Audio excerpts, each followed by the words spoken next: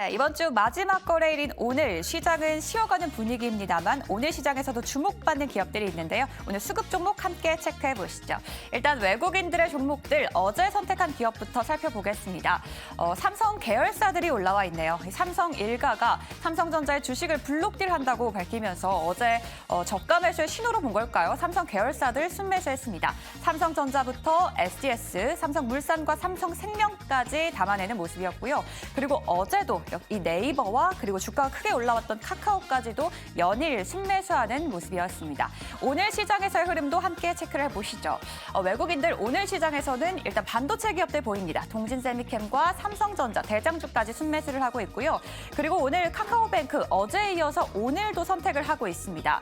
그리고 LS 머티리얼즈는 외국인들이 6거래일 만에 수급이 들어왔습니다. 오늘 주가 상승하고 있고요. 방산기업 LIG 넥스원까지도 선택하고 있는 모습이네요. 그럼 기관들의 선택도 확인해 보시죠. 네, 기관의 어제 시장에서 선택한 종목들 에코프로 그룹주 그리고 카카오 그룹주로 나누어 볼 수 있을 것 같습니다. 어제 2차 전지주들이 올라온 가운데 에코프로 머티리얼즈와 에코프로 그리고 카카오의 주가도 크게 상승했는데요. 카카오와 카카오뱅크까지 선택을 했고요. 그리고 우주항공, 방산기업인 한화 에어로스페이스까지 순매수하는 모습이었습니다. 오늘 시장의 분위기는 어떨까요? 기관들의 선택 종목들인데요. 역시나 좀 대형주를 위주로 담아내고 있는 가운데 오늘 또다시 지정학적 리스크가 불거지면서 HMM, 해운주와 같은 종목들이 또 올라오고 있습니다. 그리고 제약바이오주들의 주가도 좀 쉬어가는 가운데 기관들은 알테오제들 순매수하고 있는 모습이네요. 그럼 개인 투자자들의 선택도 확인해 보시죠. 개인 투자자들의 어제 선택인데요. 코스피 시장에서의 대형주를 위주로 선택을 했습니다. 삼성전자와 LG전자, 에코프로 머티리얼즈, 그리고 제약바이오 중에서는 셀트리온, 로봇주 중에서는 두산 로보틱스를 선택을 했습니다. 다양한 업종에서의 대장주를 위주로 선택을 했는데요. 과연 이러한 수급을 통해서 우리는 어떤 힌트를 찾을 수 있을지 고수님들 바로 만나보시죠. 네, 수급 특징주 쭉 봤습니다. 오늘 또 김예솔 아나운서의 마지막 방송이었는데 우리 시청자분들이 많이 아쉬워하네요. 어디 가서도 우리 김예솔 아나운서 화이팅 넘치게 방송 잘할 거니까요. 앞으로 응원해 주시기 바라겠고요. 오늘 보니까 개인의 수급 특징주 가운데 기존에 없었던 그러니까 로봇주가 또 5위로 올라왔습니다. 두산 로보틱스, 지금 CS2024가 진행이 되면서 정말 다양한 로봇들이 시장에 공개가 됐고요. 뭐 삼성전자에서 나온 뭐 분리도 굉장히 귀엽고 정말 가격만 맞다면 사고 싶습니다. 그리고 이 프랑스한 기업이 내놓은 바리스타 로봇이 또 공개가 돼서 굉장히 이슈인데 그동안의 바리스타 로봇은 여러분들 커피 타주고 하는 게 끝이었죠. 근데 저렇게 말을 걸어요. 너무 귀여운 아이가 말을 걸고요. 그리고 다 먹으면 그 빈 컵을 치워주는 그런 역할까지 합니다. 요거는 아닌 것 같고요. 바리스타는 좀 다르게 생겼던데 어쨌든 휴머노이드 로봇이 나왔다라는 게 굉장히 이슈가 됐다라고 합니다. 여러분들은 로봇주의 투자, 휴머노이드 로봇이 저렇게 지금 손잡고 춤추고 있는 가운데 어떻게 보시는지 궁금한데요. 김대중 교수님, 네. 어떨까요? 이후에 이제 애플에서도 휴머노이드 로봇이 출시를 한다라고 합니다. 애플도요? 네, 애플도 하고 테슬라도 한다는데 대당 가격이 대략 한 1억 정도 한다라고 합니다. 1억이요? 아, 그런 거는 이제 기업에서는 살 수 있겠네요? 개인이 이제 용도로 사용할 때도 1억을 줘야 되기 때문에 가격적으로 볼 때 상당히 부담이 되는 지점이라고 보고 있고요. 뭐 한 2대 사서 제가 한 대 나눠드리겠습니다. 아, 그러면 감사드리죠. 네, 네. 로봇주는 어제도 말씀드렸지만 그 보스턴 다이나믹스의 상장이 예정된 내년 초, 그러니까 국내에서 바람이 부는 시점에서의 상황이라고 한다면 3, 4분기 정도? 그 정도 선에서 본격적인 어떤 흐름에서의 매기가 집중될 지점이라고 판단하고 있고요. 오늘 어제 주가의 상황에서 일부 흐름이 진행되는 것은 단기적인 흐름에서의 움직임의 진행이다라고 판단되기 때문에 지금 주가에 대해서 오늘 지수가 하락함에도 불구하고 일부 플러스권에서의 주가 나오는 부분에 대해서 한번 집중적으로 관심을 갖기보다는 그냥 이러한 흐름이다라고 판단하시는 게 좋을 것 같습니다. 로봇주 투자 테이블고수는 어떻게 보세요? 지금 로봇주는 일단은 국내는 우리가 구분을 하셔야 되는 게 우리가 국내에 있는 로봇주를 대부분 보시면 공장에 들어간 로봇이고요. 그다음에는 말 그대로 뭐 우리가 자율적으로 뭔가를 한다라고 이야기는 하고 있지만 아직까지 그런 성취를 보이는 로봇을 뭐 이렇게 공개적으로 발표한 곳은 없습니다. 그렇기 때문에 이런 부분에서 우리가 AI와 로봇에 대해서 이야기를 많이 하고 있지만 지금 우리가 핵심적으로 가져야 되는 투자 아이디어는 뭐냐 그러면은 지난 주말에 있었던 구글과 스탠포드 대학의 그 영상, 그거를 다시 한번 돌려보셔야 된다라고 말씀을 드리겠습니다. 무슨 영상이에요? 제가 말씀드렸잖아요. 빨래를 개고, 빨래를 넣고, 계란 후라이를 뒤집고.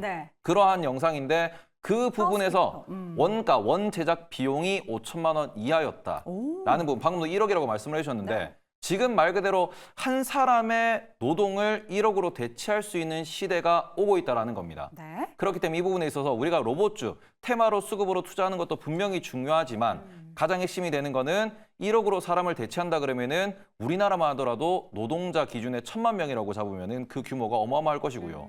전 세계로 잡으면은 훨씬 더 어마어마한 그런 경제 규모가 만들어질 것이기 때문에 이 부분에 있어가지고 지금은 고정된 영역에서 그냥 물건을 옮겨주고 조립하고 납땜하는 그런 산업용 로봇이 아닌 거기서도 추가적으로 협동용 로봇을 넘어서서 지금은 자율형 로봇으로 진화하고 있다는 점. 이 부분에 있어가지고 우리나라 기업들도 누구나 만들 수 있다라고 생각을 합니다. 이 부분에 있어서 뭔가 성취를 보이는 기업이 있으면은 그 기업이 앞서 나간다라는 점에서 투자 아이디어로 가져가실 수 있을 것이고 네. 특히 우리나라는 그러면은 부품주 중심으로 지금은 투자 아이디어를 가져가시고 그리고는 혁신적인 로봇을 발표하는 기업에 있어가지고 좀 더 이제 공부해 보시면 어떨까라고 말씀드리고 싶습니다. 알겠습니다. 이 로봇 얘기를 하고 있는 가운데 우리 변고수님의 오늘장 탑픽 종목이 로봇주예요. 네네. 오늘 보니까 그 종목이 급등을 하고 있어요. 네, 로봇스타를 제가 오늘 공략주를 좀 갖고 왔는데 LG전자의 이 로봇 산업에 대한 어떤 이 의지를 좀 확인했다라고 좀 이해하시면 좋을 것 같고 다만 지금 다른 로봇 섹터에 비해서 지금 LG전자가 최대 주주로 좀 보유하고 있는 로봇스타의 경우에 사실 주가의 상승 여력도가 다른 타 로봇주에 비해서는 그 탄력도가 좀 높진 않았다라고 좀 보고 있어요. 물론 뭐 실적적인 추이 부분도 있었지만 다만 여기서 LG그룹이 앞으로 로봇 사업에 대한 의지 그리고 여기에 관련된 어떤 투자 부분 그리고 뭐 인수 합병에 관련된 메시지가 좀 나왔기 때문에 저는 이 단기 모멘텀은 좀 한번 좀 부각이 됐다고 보고 있고 네. 앞서 좀 말씀을 좀 해주셨는데 저는 이제 로봇주의 경우에는 이제 2023년도 뭐 주도주가 된 이후에는 사실 뭐 기대감 좀 수반했고 이후에는 로봇 기술, 로봇 부품의 이 국산화 또는 내재화 관점에서 좀 접근을 해야 될 것 아닌가라고 보고 있습니다. 네. 지금 완성형 로봇이라고 보면은 전체적인 어떤 부품 내재화 부분에서 70%, 75% 이상이 외국 부품들 좀 공수해서 조립하는 형태를 좀 취하고 있거든요. 그렇기 때문에 국산 이 로봇 기술이 좀 더 고도화되기 위해서는 부품의 내재화 그리고 부품의 국산화를 좀 이루면서 여기에 관련된 수익성들을 크게 좀 제고할 수 있는 기업들이 네. 향후에 어떤 경쟁력들을 좀 더 가져갈 수 있지 않을까라고 판단해봤습니다. 알겠습니다. 자, 그럼 간단하게 세 분의 탑픽 종목도 하나씩 열어보도록 하겠습니다. 김대중 교수님 오늘 반도체 중 네. 가지고 오셨어요? 반도체 살 때 됐습니다. 네.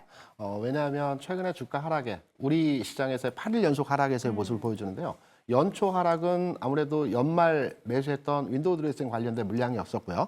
이번 주 하락은 삼성전자의 그 블락딜 관련된 물량 그리고 만기와 관련된 흐름에서의 물량으로 인해서 주가 하락을 했다라고 보고 있습니다.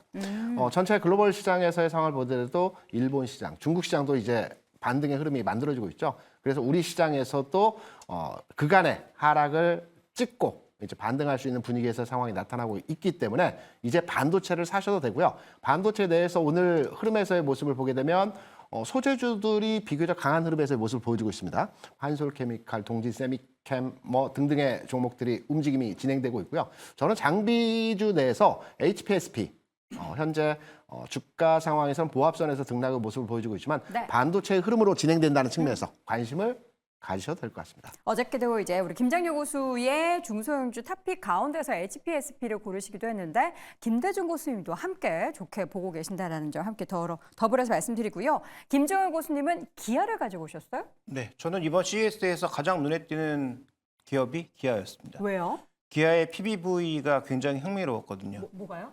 PBV라고 PBV, 해서 그- 예, 목적 기반형 차량. 그 차가 되게 이제 태보고서 그렇게 얘기하더라고요. 고급형 스타렉스다. 아니, 근데 이제 생각해 보시면 그런 네. 플랫폼을 만들어서 위에 껍데기는 누구나 만들 수 있도록 하면은 네. 그러니까 밑에 그 소위 스케이트보드형 플랫폼을 만들어주고 네. 그 위에다가 뭐 예를 들어서 뭐 푸드트럭을 올리든 아니면 자신들의 어떤 무엇을 올리든 자연스럽게 올릴 수 있도록 만들어준다는 게 작년에 나왔던 컨셉인데 이번에 나온 차량의 핵심 포인트는 뭐냐면 그 안에 들어가는 다양한 어떤 모듈형 기기들까지 기아가 다 제공을 했다는 거죠.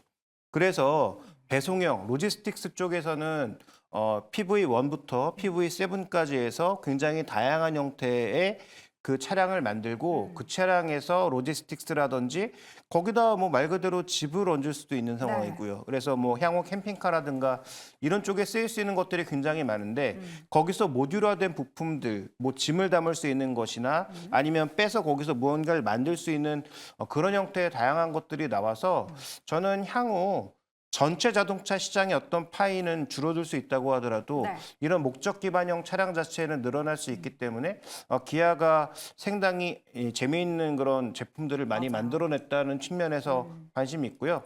그다음에 이제 수급 얘기니까 네. 삼성전자랑 똑같이 사는 구간에서 올라갔다가 파는 구간에 똑같이 떨어지고 있거든요. 그러니까 연말에 삼성전자 사는 지수 사는 구간에서 다 같이 올랐다가 네. 지수 파는 구간에서 삼성전자나 기아나 지금 똑같은 형태를 나타내고 있는데 만약에 이 수급 이벤트가 마무리된 상황이라면 그 이전에 기관이나 외국인들 꾸준히 사고 있었거든요. 네네. 뭐 그런 관점에서 다시 매수 전환하지 않을까라는 판단이기 때문에 기아를 좀 관심 있게 보고 있습니다. 알겠습니다. 참 사고 싶은 게 많이 늘어날 것 같아요. 로봇도 사고 싶고 이런 차도 사고 싶고 해서 돈 열심히 벌어야겠습니다. 마지막으로 테이블 고수는 어떤 정보 가지고 왔나요? 좀 먼저 화면을 좀 띄워주시면 네. 좀 감사할 것 오늘은 같아가지고. 이상한 거 없죠? 네, 없습니다. 이상한 거 없습니다. 네. 이건 CNBC이기 때문에. 일단은 뭐 수급 특징이 앞서가지고 한 가지는 꼭 말씀드리고 싶은 게 앞서서도 이제 수급 이벤트가 마무리 단계다라고 말씀을 해주셨는데 그거는 이제 국내에서 연말에 있었던 삼성전자에 대해서 혹은 코스피에 대해서 외국인이 선물 매수를 했던 그런 수급 이벤트가 마무리되고 있는 지점이고 또 한 가지의 수급 이벤트가 남아있다고 생각을 합니다. 그건 뭐냐면은 나스닥의 조정. 근데 이 부분 같은 경우에는 어제 같은 경우에도 미국 시장을 보신 분들은 아시겠지만 네. 어제 실제로 우리가 CPI가 발표된 이후에 이제 국채금리가 급격하게 오르는 모습을 보였습니다. 그러고 난 뒤에 위에서 놀면서 CPI가 예상보다 높게 나왔네 이러면서 우리가 많이 걱정을 했었어요. 다시 내려갔어요? 그런데 오히려 다시 내려간 이 포인트가 뭐가 됐냐 그러면은 어제 30년물 채권 입찰이 예상보다 잘 되면서 오히려 채권이 밑으로 과매수가 되었고요. 네. 그러는 그런 관점에서 지금 우리가 페드워치를 보시면은 어제 기준에서 CPI가 발표된 그 시점에는 3월의 금리 인하 확률이 65%였습니다. 네. 그런데 오히려 30년물 채권 입찰, 국채 입찰이 끝나고 난 뒤에는 지금 74%, 75%에 가까운 10%가 떴어요. 다시 괴리가 커졌네요. 3월에 금리 인하 한다라는 이야기가 나왔는데 어제 김장렬 교수님이 나오셔가지고 이렇게 말씀하셨죠. 3월 금리 인하 꿈 깨라. 근데 어제 그 말이 연준 위원 입에서도 분명히 나왔습니다. 네. 그 얘기를 듣고 난 뒤에 오히려 오후장에 들어서면서 채권 시장이 과매수에 다시 들어가면서 매수 일변도로 다시 돌아서면서 오히려 지금 3월 금리 인하 확률을 더 끌어올렸단 말이죠. 그렇죠. 이런 부분에 있어서 우리가 지금 최근에 나스닥이 쭉 미끄러지는 과정에서도 갑자기 나왔던 거는 금리 인하 확률이 좀 멀어지는 것 같다라고 하면서 조정이 나왔고요. 그러고는 다시 올라오는 과정에서는 금리 인하를 할 수 있을 것 같다 아니면은 우리가 QT를 건들 수도 있을 것 같다 네. 이런 얘기가 좀 나왔거든요. 그런 부분에서는 여전히 지금 미국 채권 시장 말 그대로 가장 큰 시장의 수급 이벤트가 조금은 남아있다라는 점에서 네. 이 부분에서는 우리가 좀 주의가 필요하다라고 말씀을 드리고 싶고 네. 오늘 제가 가져온 종목 같은 경우에는 두산에너빌리티입니다. 두산에너빌리티 같은 경우는 오늘 아침에도 뉴스가 하나 나왔는데 네. 영국에서 이제 원전을 추가적으로 건설하는 그런 계획을 발표할 것이다라는 이야기도 나왔고요. 그러는 최근에 국내에서도 우리나라에서 원전 관련돼 가지고 추가적으로 이제 신한울 3호기와 4호기를 건설할 거다. 이런 이슈도 좀 나오고 있고 그리고는 지금 우리가 대통령실에서도 관련된 이벤트에 대해서 관련된 뉴스를 좀 더 확대시키는 그런 움직임이 좀 보이고 있는 중입니다. 그러다 보니까 원전 관련되면은 대장주에서는 두산에너빌리티가 좀 더 이제 핵심적으로 움직일 수 있다라는 점, 그리고 최근에 박스권 하단에서 움직이고 있다라는 점에서는 관심을 가져볼 만하지 않나라고 해서 조금 가져와 봤습니다. 네, 알겠습니다. 다시 한번 네 분의 종목 한 판으로 정리해 드리겠습니다. 먼저 김대중 고수의 종목은 HPSP, 그리고 김종일 고수 기아, 변영인 고수 로보스타, 테이버 고수 두산에너빌리티 확인해 봤습니다. 자, 오늘 자 탑5 함께하고 있습니다. 마지막 1위 주제 확인해 보시죠.